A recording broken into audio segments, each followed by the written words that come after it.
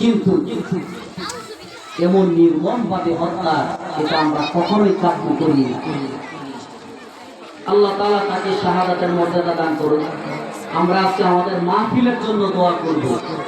আজকে এত বড় একজন ওয়াইজ বাংলাদেশের যুবকের আইডল আল্লামা হাফিজুর রহমান সিদ্দিক কোয়াকাটা হুজুর, উনি উপস্থিত থাকবেন।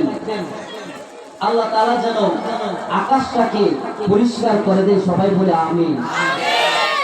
আল্লাহ তাআলা যেন এই মাহফিলকে কবুল করে নেয়, বলে আমিন। আল্লাহ তাআলা এই মাহফিল যারা ইন্তেজামিয়ান কমিটি, আল্লাহ তাআলা যেন তাদেরকে কবুল করে নেয়, বলে আমিন।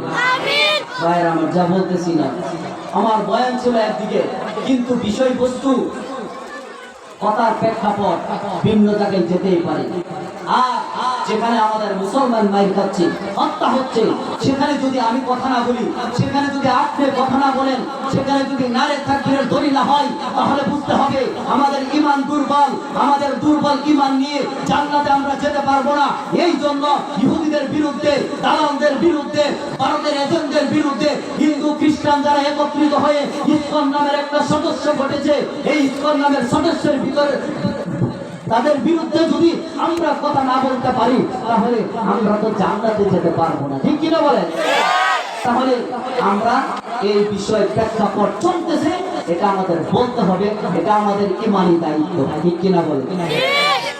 এই জন্য আমি যেটা বলতেছিলাম, আমার নবী বড় কান্না করতেছে, আল্লাহ আমি দিনের দাওয়াত দিব, এক আল্লাহর দাওয়াত দিব, তারপরেও আমার মাইর খেতে হবে, আমার জন্মভূমি মক্কা থেকে মদিনায় আমার হিজরত করতে হবে।